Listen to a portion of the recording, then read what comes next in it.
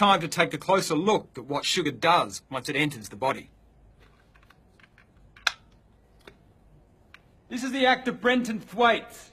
He's very kindly volunteered his body for the following demonstration.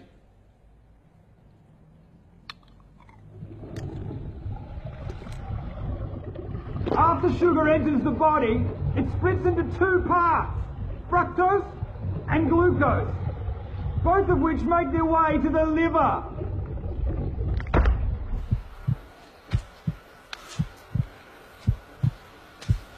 Now, once in the liver, the glucose is dealt with efficiently. It's either used immediately for energy, or it's stored for later, like a spare battery. But the fructose half of sugar is very different. The liver doesn't have a system to regulate the fructose because it was so rare in nature. So it hoovers it out of the bloodstream whether it needs it or not. And if all our spare batteries are full, then it rapidly turns it into fat. Some of that fat is going to stay in the liver, and you're going to have increased risk for insulin resistance and diabetes. What also happens is that this fat in the liver is then sent out into the bloodstream as triglycerides, which can lead to excess weight, plus blocked arteries and heart disease.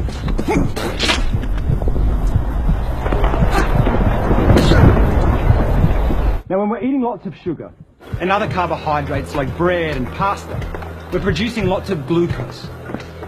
A hormone called insulin is released, which is like a key that helps to open our cells' doors so they can absorb all the glucose, remove it from the bloodstream, and burn it for energy.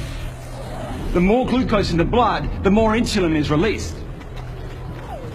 But the key point for us is that while this insulin is in the blood dealing with all the glucose, it tells our fat cells to hold on to the fat.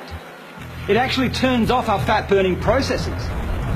So when we're eating lots of sugar, we're putting fat into our bodies via the fatty liver. Plus, because of all the glucose, we maintain the level of insulin, which tells our fat cells to hold on to the fat.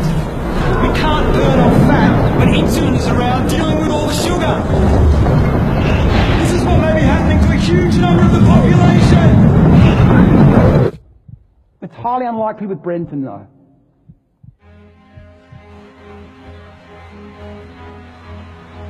The issue that we're talking about is that there are these chronic diseases related to obesity and diabetes, heart disease, many cancers, gout, hypertension, high blood pressure, possibly Alzheimer's disease. The question is, would these diseases exist if sugar wasn't in the diet?